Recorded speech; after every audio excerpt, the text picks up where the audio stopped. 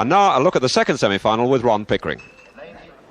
Now for the second semi-final of the 100 metres, and a chance to see again this giant American Negro, Steve Williams, co-holder of the world record at 9.9 for 100 metres. On his right, Don Halliday, the reigning 3A's champion, responsible for 1-4 start in the second semi-final. And the line-up from right to left. In lane 1, Roy Turkington, wearing 26. In lane 2, Jim Bonser of Coventry, wearing 4. Then a Swede, Kent Rowan, in lane 3. Then Ian Matthews of Thames Valley Harriers. Masahide Jino of Japan, a 10-1 Asian champion, in lane 5. Steve Williams in lane 6. Don Halliday in lane 7. Gareth Edwards, a fast starter from Newport Harriers, in lane 8.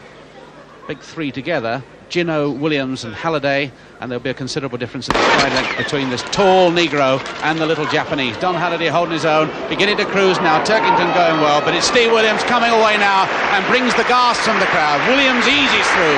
Don Halliday is in second. Kent Rowan of Sweden made third, and it looked as though Ian Matthews, the Thames Valley Harrier boy, made fourth. No doubt about that, and little doubt about the winner, Stephen Williams of USA, wearing number 29. Nothing terribly startling about this man's start. They're all together. Indeed, the British boys holding their own. Don Halliday going well at this stage. Ian Matthews going very well. So too on the inside, Roy Turkington. It's only at about 50 metres that this man switches into his fifth gear. This is the gear, and that's the thing that brings the gasp from the crowd and causes all the other sprinters to tie up. Steve Williams hits the line in 10.3. It's a windy 10.3. Don Halliday given 10.5. The final of the men's 60 metres, the fastest event of the afternoon, and one which promises one of the closest finishes. In lane order, lane 1, Andrew Cornaby. Lane 2, Don Halliday. Lane 3, Gary Vince. Lane 4, Gareth Edwards. Lane 5, Dave Roberts. Lane 6, Roy Turkington. And there, 26, Don Halliday, who was one of the fastest men in the semi-final with 6.8. And next to him, wearing 52, Gary Vince, another Scot. And next to him, wearing 18, this powerhouse of a youngster, 18 years old, Gareth Edwards. And they're away this time. And it's Gareth Edwards, but Halliday is in the lead. Halliday's going to take it. Gareth Edwards is second, and third is Vince. So Halliday, Edwards and Vince. And once again, Don Halliday, Mr. Consistent of this short sprint event, represented Scotland in Christchurch, and throughout 1973 was quite clearly regarded as Great Britain's #1 sprinter over 100 metres. He won that quite clearly, but also to note the progress of this youngster, this 18-year-old Gareth Edwards from Newport Harriers. What a performance he put up, and he was 8th in the Junior European Championship in Duisburg. But what a future for this man, and what a future for British sprinting. And Gary Vince there wearing 52 in third place, and unofficially we make that 6.7, and in fact we've just had it confirmed as official. That's 6.7. That equals the track record, that equals the United Kingdom all-comers record, but it's a 10th outside. 28. And in heat 3, number 9, Gareth Edwards. Number 3, Ainsley Bennett. In this field, Chris Monk, better known perhaps as a 200-metre runner, but runs in this 60 metres, obviously out for a little bit of edge in this early part of the season. The line-up from the inside, wearing 35, Gary Vince from the RAF and Cardiff. Then Chris Monk from Leicester Corotanian Club. Roy Turkington, Wolverhampton and Bilston, wearing 34 in 3. Then Andrew Cornaby wearing 6, Ian Cooper at 7, and Chris Previtt in 8.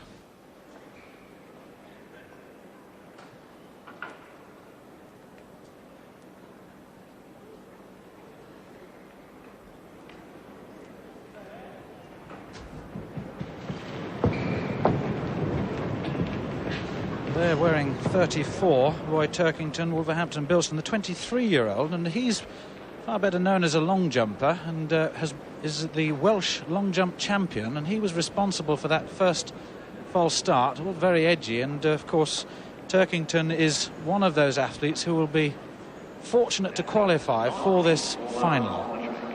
So for the second time of asking, there's the warning. There's Chris Monk and Gary Vince in the background, wearing 35. These two on paper will be the favourites. Chris Monk down into his blocks first, anxious to get on with his semi-final.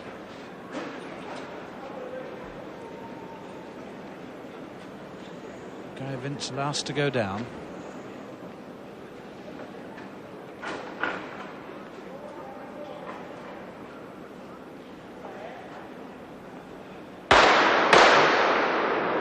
And that, in lane 1, Gary Vince, responsible for that one, number 35. Gary Vince obviously out to gain a psychological advantage over Chris Monk, because Chris Monk was second in the Cosford Games only a couple of weeks ago. Gary Vince didn't run too well there. But very thoughtful Gary Vince as he moves back. This will be the third attempt of a start.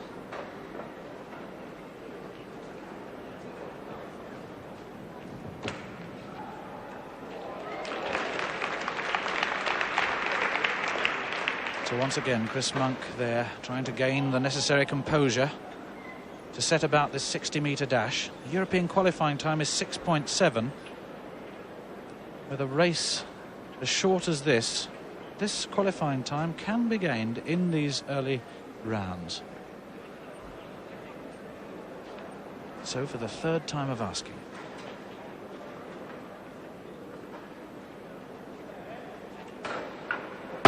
Away this time, Gary Vince is going well, so is Chris Monk. Gary Vince is saying Chris Monk and Turkington. So it's Monk first, came through very, very fast. And number 6, Andrew Cornaby of Reading University, took that second place. And Gary Vince sagged away very, very badly at about 40 metres, but there's Chris Monk, quite happy with that performance. Came through very, very strongly at the end, under a great deal of pressure from Roy Turkington through the latter half of that race. But however,